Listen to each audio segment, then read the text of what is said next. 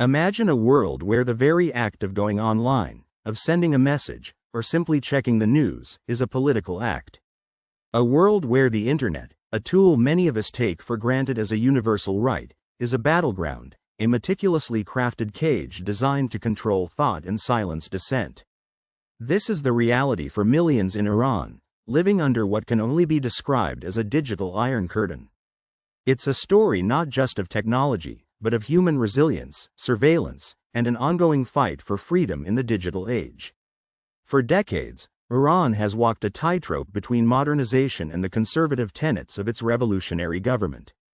When the internet first arrived in the 1990s, there was a cautious optimism, a hope that it might bridge gaps and bring progress.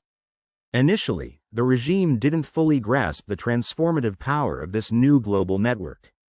It was seen as another utility, subject to the same ideological scrutiny as satellite dishes or Western media. But as connectivity grew, so did the unease within the establishment.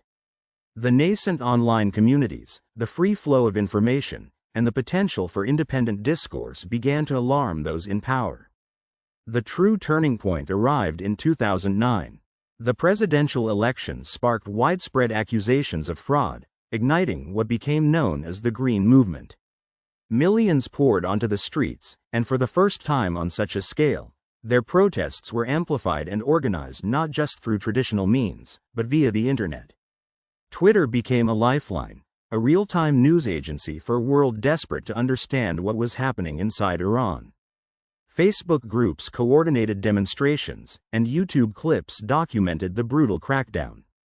The government watched in horror as a generation, armed with smartphones, defied their control. The internet, once a perceived convenience, was now clearly identified as a potent weapon of dissent. The regime's response was swift and brutal, both on the streets and online. Internet access was throttled, social media platforms were blocked, and a new era of systematic digital repression began. This experience solidified the government's resolve. They needed to tame the wild beast of the global internet. Thus began the ambitious, multi-year project to create the National Information Network, NIN, often dubbed the Halal Internet by its proponents and the Digital Iron Curtain by its critics.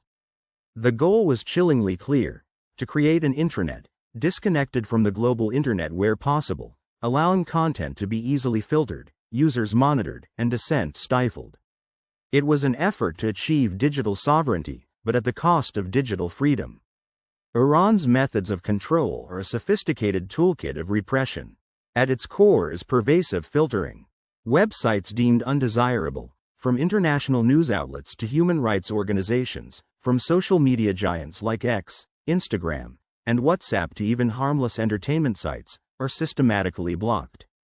This isn't a static list. It's a dynamic, constantly updated censorship regime. Beyond simple blocking, the government employs throttling, intentionally slowing down connection speeds to make international services practically unusable, forcing users onto government-approved local alternatives. This creates a two-tiered internet: a fast, local, supervised one, and a slow, heavily restricted global one. Deep Packet Inspection, or DPI, is another critical weapon. This technology allows the government to examine the content of internet traffic, not just its origin or destination. It's how they detect and block encrypted connections, specifically targeting virtual private networks, or VPNs, which are the primary tools Iranians use to circumvent censorship. They can even identify and block specific protocols, making the cat and mouse game between citizens and censors an ever-escalating technical arms race. Legal frameworks support this digital surveillance, with draconian laws against cybercrime, spreading false information, or insulting officials, often leading to arrests, hefty fines, and long prison sentences for online activity. Perhaps no event illustrated the regime's willingness to implement total digital blackout more dramatically than the nationwide protests following the death of Mahsa Amini in September 2022. As anger erupted across the country, the government responded with unprecedented internet shutdowns. Mobile data, the primary means of internet access for many, was cut entirely for days, sometimes weeks, in different regions.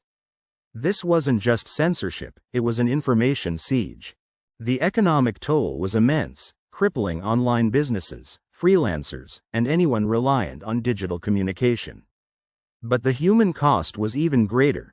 Families couldn't communicate, crucial information couldn't be shared, and the outside world struggled to understand the true scale of the government's violent crackdown. Life under this digital iron curtain is a daily struggle for ordinary Iranians. Imagine trying to run a business that relies on international clients or cloud services, only to find your internet consistently cut or slowed to a crawl. Imagine being a student unable to access global research databases or online learning platforms. Freelancers, small business owners, and countless individuals find their livelihoods severely impacted, if not completely destroyed. The psychological toll is profound. A constant feeling of isolation, of being disconnected from the global community, and the ever-present fear of surveillance for merely trying to access basic information.